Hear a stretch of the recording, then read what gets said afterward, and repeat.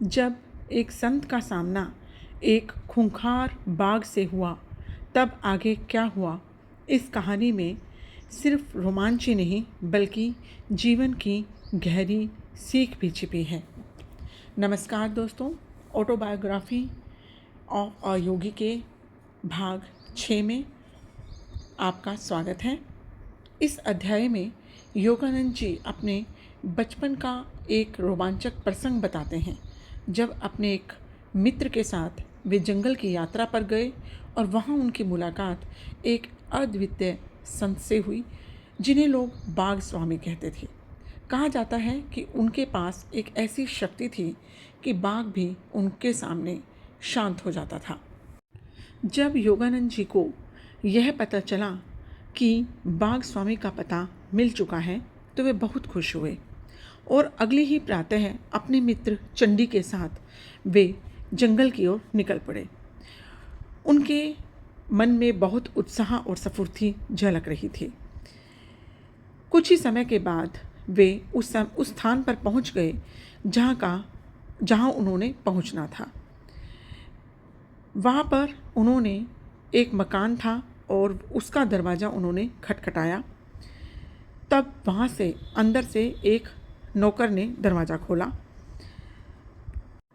नौकर ने योगानंद जी और उनके मित्र चंडी को अंदर बुला लिया और कुछ देर इंतज़ार करने के बाद नौकर उन दोनों को एक शयन कक्ष में ले गए, जहाँ पर सुविख्यात सोहम स्वामी अपने पलंग पर बैठे हुए थे। स्वामी जी के भीमकाय शरीर को देखकर चंडी और योगानंद दोनों बहुत ही अचंभित हो गए। कुछ समय के बाद गहरी सांस लेने के बाद योगानंद जी ने स्वामी जी का अभिवादन किया और उनसे कहा कि क्या आप कृपा करके हमें यह नहीं बताएंगे कि वन्य पशुओं में सबसे भयंकर रॉयल बंगाल टाइगर को केवल अपने हाथों से परास्त करना कैसे संभव है। स्वामी जी जवाब देते हैं कि मेरे बच्चों, बाघों के साथ लड़ना मेरे लिए कुछ भी नहीं है। आवश्यकता पड़ने पर मैं आज भी यह कर सकता हूँ। वे बच्चों के समान खिलखिलाकर हंसे और कहा कि तुम बाघों को बाघ मानते हो और मैं उन्हें सिर्फ बिल्लियाँ ही समझता हूँ। तब योगानंद जी स्वामी जी से पूछते हैं कि क्या आप हमें बताएंगे कि आप हिंसक बाघों को वश में करते करते हिंसक वासनाओं को वश में कैसे करने लग गए। बाघ स्वामी मौन हो गए और अतीत में खो गए, जैसे कि वे कुछ सोच रहे थे। तब बहुत अनुरोध करने के बाद उन्होंने योगानंद जी को बताना स्वीकार किया कि वे क्या सोच रहे थे। तब स्वामी जी योगानंद जी को बताते हैं कि जब मेरी कीर्ति चरम बिंदु पर पहुंच गई थी, तब मुझे गर्व का नशा चढ़ा हुआ था। मैंने तय किया कि मैं न केवल अब बाघों से लड़ूंगा बल्कि लोगों के सामने उनसे विविध कर्तव्य भी दिखाऊंगा और मतलब कि उनको बाघों को अपने वश में करके उनसे कर्तव्य करवाऊंगा। मेरी महत्वाकांक्षा ही यह बन गई कि मैं हिंसक पशुओं को पालतू जानवरों की तरह बर्ताव करने पर विवश कर दूंगा। मैं सार्वजनिक रूप से अपने कर्तव्य दिखाने लगा और उसमें मिलने वाली सफलता भी मुझे खुशी देने लगी। एक दिन शाम को मेरे पिताजी अत्यंत चिंतातुर मनस्थिति में मेरे कमरे में आए। बेटा, मैं तुम्हें सावधान करने आया हूँ। कर्म की चलती चक्की से उत्पन्न होकर आने वाले अमंगलों से मैं तुम्हें बचाना चाहता हूँ। क्या आप भाग्यवादी हैं पिताजी? अंधविश्वास से क्या मेरी गतिविधियों के शक्तिशाली प्रवाह को अवरुद्ध होने देना चाहिए? तब स्वामी जी के पिताजी कहते हैं कि मैं भाग्यवादी नहीं हूँ बेटा, परंतु पवित्र शास्त्रों में कहे गए प्रतिफल के नियम में मेरा विश्वास है। जंगल परिवार में तुम्हारे विरुद्ध आक्रोश व्याप्त है। यह आक्रोश कभी भी तुम्हारी जान के लिए खतरा बनकर सामने आ सकता है। पिताजी, आप मुझे आश्चर्य में डालते हैं। बाघ क्या होते हैं आप अच्छी तरह जानते हैं। सुंदर परंतु निर्दयी। कौन जाने मेरे प्रहार उनसे ठोस बुद्धि में शायद कुछ उदारता के विचार भर सके। उन्हें सभ्य शिष्टाचार सिखाने के लिए ही मैं जंगल विद्यालय का प्रधानाध्यापक बना हूँ। पिताजी, कृपया आप मुझे बाघों को पालने और बाघ पालक माने, बाघ हत्यारा नहीं। मेरे ये सत्कर्म मेरा अनिष्ट कैसे कर सकते हैं? मैं आपसे प्रार्थना करता हूँ कि आप मुझे अपने जीवन का मार्ग बदलने की आज्ञा न दें। चंडी और योगानंद जी ये सब ध्यानपूर्वक सुन रहे थे और अतीत के इस धर्म संकट को समझ रहे थे। भारत में कोई भी संतान अपने माता पिता की इच्छाओं का अनादर नहीं करती।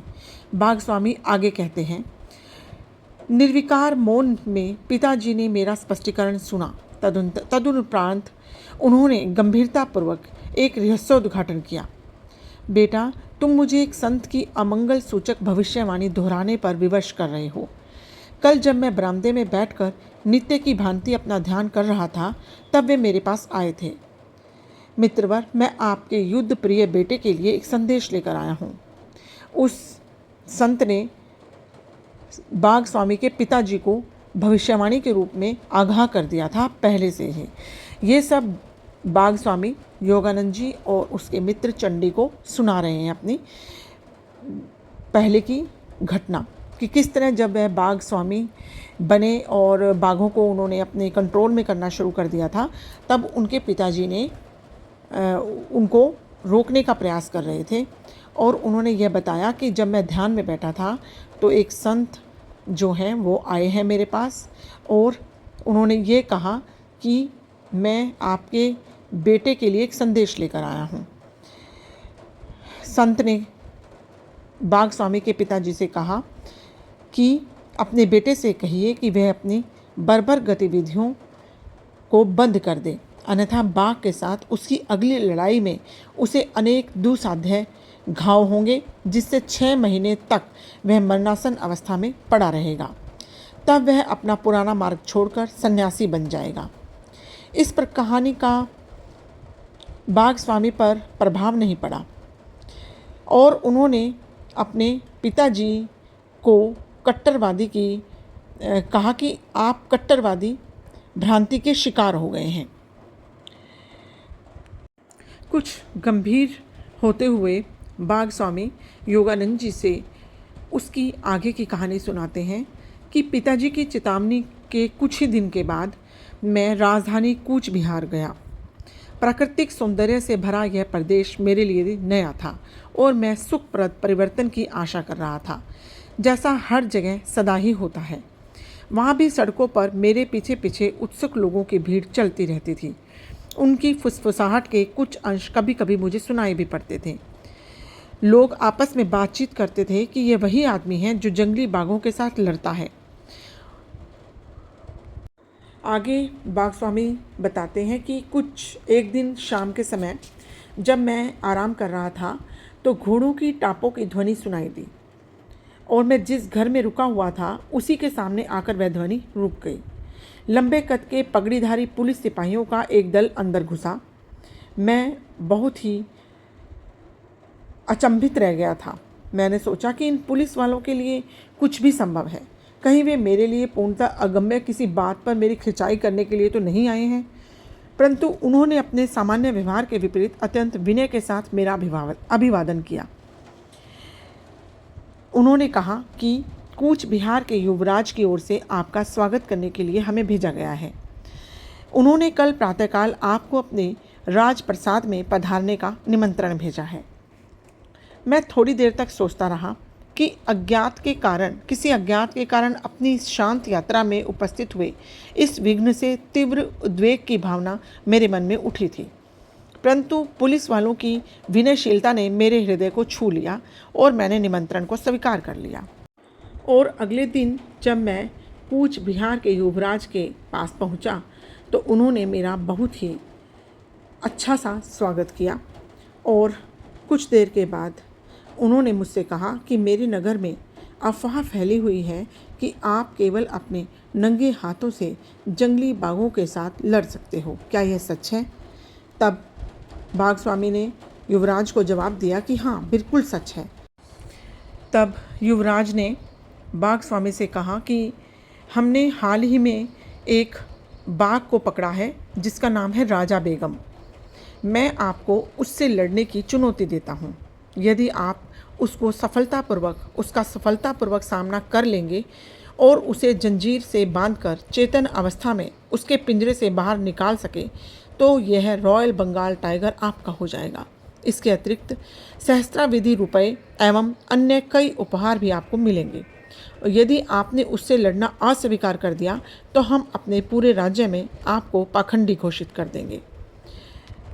युवराज के ये शब्द बाघ स्वामी को गोलियों के बौछार के समान लग रहे थे। उन्होंने गुस्से में उनकी सारी शर्तें स्वीकार कर ली और प्रतियोगिता वाला दिन आ गया। राजा बेगम और बाघ स्वामी की इस प्रतियोगिता को देखने के लिए हजारों लोगों की भीड़ उमड़ पड़ी थी और बहुत से लोग वहाँ पर यह सब मुकाबला देखने के लिए आए थे। राजा बेगम की कान फाड़ देने वाली गर्जनाओं से सब दर्शक भयभीत थे और उसी बीच बाघ स्वामी कहते हैं कि उसी बीच मैंने वहाँ पर उस तंबू में प्रवेश किया। मैंने अपने शरीर पर लंगोट के अलावा कुछ भी कपड़ा धारण नहीं कर रखा था। मैंने सुरक्षात्मक घेरे के दरवाजे का कुंडा सरकाकर उसे खोला और अंदर जाकर अपने पीछे शांत मन से दरवाजे को बंद कर लिया। बाघ को रक्त की गंध लग गई थी। उछलकर धड़ाम से लोहे की छड़ों से टकराने की ध्वनि के साथ उसने मेरा भीषण स्वागत किया। करुणाद्र भय से दर्शकों में सन्नाटा छा गया और उस अति उग्र बाघ के सामने मैं निरीह मेमना सा लग रहा था। पलक झपकते ही मैं उसके पिंजरे में घुस गया, परंतु जैसे ही मैंने दरवाज़ा बंद किया राजा बेगम उछलकर सीधा मेरे ऊपर आ गया। मेरा दाहिना हाथ बुरी तरह से शक्त विक्षत हो गया। बाघ के लिए परम स्वादिष्ट मानव रक्त की प्रचंड धाराएं गिरने लगी। संत की भविष्यवाणी भी सत्य होने के आसार पर नजर आ रही थी। इस प्रकार की गंभीर चोट मुझे जीवन में पहली बार आई थी, पर मैं तुरंत उससे संभल गया। रक्त रंजित उंगलियों को लंगोट में घुसाकर मैंने उन्हें छिपा लिया और बाएं हाथ से एक हड्डी तोड़ प्रहार बाघ पर किया। बाघ लड़खड़ाकर पीछे हट गया, पिंजरे के अंत तक पीछे गया, फिर पलटकर अत्यंत गुस्से के साथ पुनः मुझ पर झपट पड़ा। मेरे सुविख्यात मुष्टि शासन के प्रहार उसके सिर पर बरसने लगे। बाघ स्वामी की इस कथा को योगानंद जी और उनके मित्र चंडी बहुत ही ध्यानपूर्वक सुन रहे थे। आगे बाघ स्वामी बताते हैं कि राजा बेगम को रक्त का जो स्वाद लग गया था उसने दीर्घ काल तक शराब से वंचित रहने वाले शराबी की जैसे शराब का पहला घूंट उन्मत्त कर देता है उसी प्रकार उसे उन्मत्त कर दिया। बीच बीच में कान बैठा देने वाली दहाड़े मारते हुए उसके आक्रमणों की उग्रता बढ़ती ही जा रही थी। उसके दांतों और नखों के आगे मेरा केवल एक हाथ से बचाव करना अपर्याप्त पड़ रहा था और मेरी आत्मरक्षा प्रणाली अभेद्य नहीं रह पा रही थी, परंतु मैं भी तिलमिलाने वाली प्रहार उस पर करता ही रहा। दोनों ही रक्त रंजित होकर जीवन मरण का युद्ध लड़ रहे थे। पिंजरे में कोलाहल था, चारों दिशाओं में रक्त की छींटें उड़ रही थी। बाघ के गले से पीड़ा और खूनी प्राण पिपासा के चित्कार फूट रहे थे। इस भयंकर युद्ध को देखकर सभी दर्शक चीख रहे थे कि गोली चलाओ और बाघ को मार डालो। इसी बीच मैंने अपनी सारी संकल्प शक्ति एकत्र की और भीषण गर्जन के साथ उसके मस्तक पर एक अंतिम खोपड़ी तोड़ प्रहार कर दिया। बाघ गिर गया और ठंडा होकर पड़ा रहा और मैंने बाघ को जंजीर से बांध दिया। जैसे ही विजय की खुशी में मैं दरवाजे की ओर चलने लगा, एकदम अचानक बाघ उठ खड़ा हुआ और उसने जंजीर को तोड़कर मेरी पीठ पर एक बहुत ही खतरनाक वार किया। मेरा कंधा उसके जबड़े में फंसा हुआ था और ऐसी स्थिति में मैं जोर से नीचे गिरा, परंतु पलक झपकते ही मैंने उसे अपने नीचे धर दबोचा। निष्ठुर प्रहारों के आघातों से वह अर्धमूर्छित हो गया और इस बार मैंने उसे अधिक सावधानी पूर्वक बांध दिया और धीरे धीरे पिंजरे से बाहर निकल आया और फिर से चारों तरफ चीख पुकार सुनाई दी। इस बार वह खुशी की थी। भीड़ की चीख पुकार की हर्ष ध्वनि जैसे एक विराट गले से निकल रही थी। मैं अपने भीषण रूप से घायल तो हो गया था, परंतु फिर भी मैंने द्वंद्व की तीनों शर्तें पूरी की थी। बाघ को अचेत करना, उसे जंजीर से बांधना और बिना किसी प्रकार की सहायता लिए पिंजरे से बाहर आना।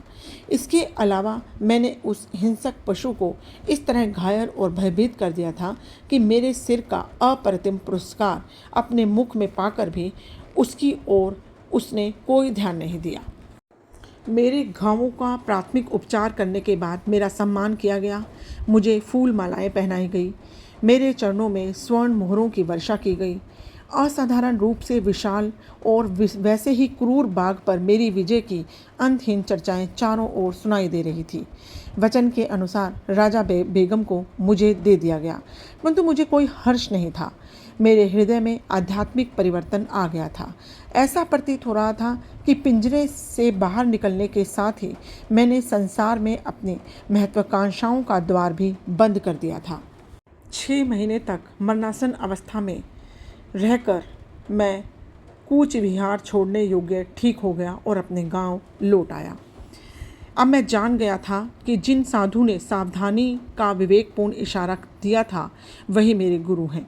एक दिन विनम्रतापूर्वक मैंने अपने पिताजी से कहा कि काश मैं किसी प्रकार से उन संत को ढूंढ पाता, और मेरी इच्छा सच्ची थी तो एक दिन वही संत बिना किसी सूचना के हमारे घर दोबारा आ गए। तब उन्होंने बाघ स्वामी से कहा कि बाघों का दमन बहुत हो गया। शांत अधिकारपूर्ण वाणी में वे बोल रहे थे कि मेरे साथ आओ, मैं तुम्हें मानव मन के जंगलों में विचरने वाले अज्ञान के पशुओं का दमन करना सिखाऊंगा। तुम्हें दर्शकों की आदत हो गई है। अब योगाभ्यास में तुम्हारी रोमांचक पारंगति से झूम उठने वाले देवता तुम्हारे दर्शक होंगे। मेरे गुरु ने मुझे आध्यात्मिक मार्ग की दीक्षा दी। मेरी आत्मा के दीर्घ काल तक अप्रयुक्त रहने से मोर्चा लगे खोलने में कठिन द्वार उन्होंने खोल दिए। शीघ्र ही एक दूसरे का हाथ थामे मेरी साधना के लिए हम दोनों हिमालय की ओर चल पड़े। अपने तूफानी जीवन की एक झलक हमें दिखाने के लिए कृतज्ञ होकर चंडी और योगानंद जी स्वामी ने उनके बाघ स्वामी जी के चरणों में प्रणाम किया। अंत में इस अध्याय से हमें यही सीख मिलती है कि योग का उद्देश्य केवल शारीरिक शक्ति नहीं, बल्कि मन की निडरता, करुणा और ईश्वर पर पूर्ण विश्वास है। जहाँ भय खत्म हो जाता है वहाँ दिव्य शक्ति प्रकट होती है। अगर आपको मेरी यह ऑटोबायोग्राफी ऑफ योगानंद की सीरीज़ पसंद है तो प्लीज़ मेरे चैनल को सब्सक्राइब ज़रूर करें और आगे की वीडियो का इंतज़ार करें। Thank you.